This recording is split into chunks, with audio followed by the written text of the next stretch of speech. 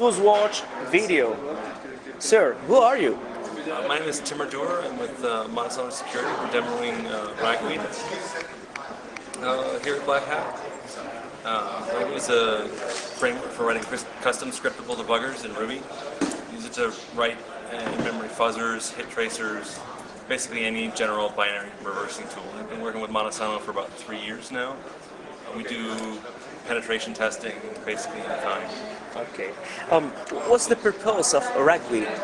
It's for writing custom scriptable debuggers. So when you're doing penetration testing for a application, you need different tools than a normal developer uses.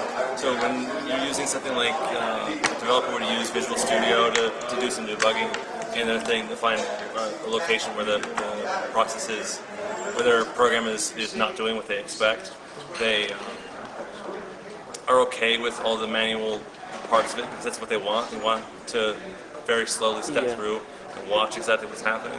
A researcher doesn't need that. We need a lot more automation out of it because we don't know exactly where we're looking at. The first things we do is just set it up, attach a debugger, and wait for the process to crash by throwing garbage at it. We also want to set a whole bunch of breakpoints against functions that we see in the process, locations we see in the process that might be interesting, just to find out how often they get hit. So usually we want to know what functions get hit, what functions get hit frequently, and what functions get hit infrequently. So if it's a function that gets hit all the time, that is a spot where if we happen to find something, which is not as likely, but if we find something, it's going to be more devastating if it's a function that doesn't get hit all that much. We know that it's unlikely that the quality of that function is a lot lower, so we're likely to find something.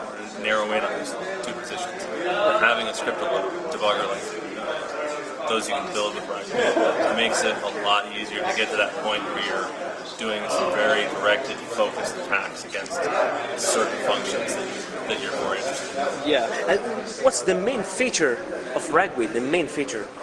So RagWeed is all about being able to write those custom tools very quickly. I mentioned that using it as a hit tracer is very simple, very quick. The demo I have here today was 85 lines of Ruby code to attach to a process, trace, do some hit tracing to find out how many times each function that I'm setting a breakpoint on gets hit.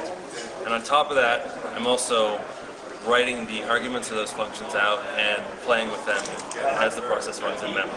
So the child process that I'm testing against and demoing with winds up with an unexpected result, which is exactly the kind of thing we're looking for. Okay. See how well the child handles it.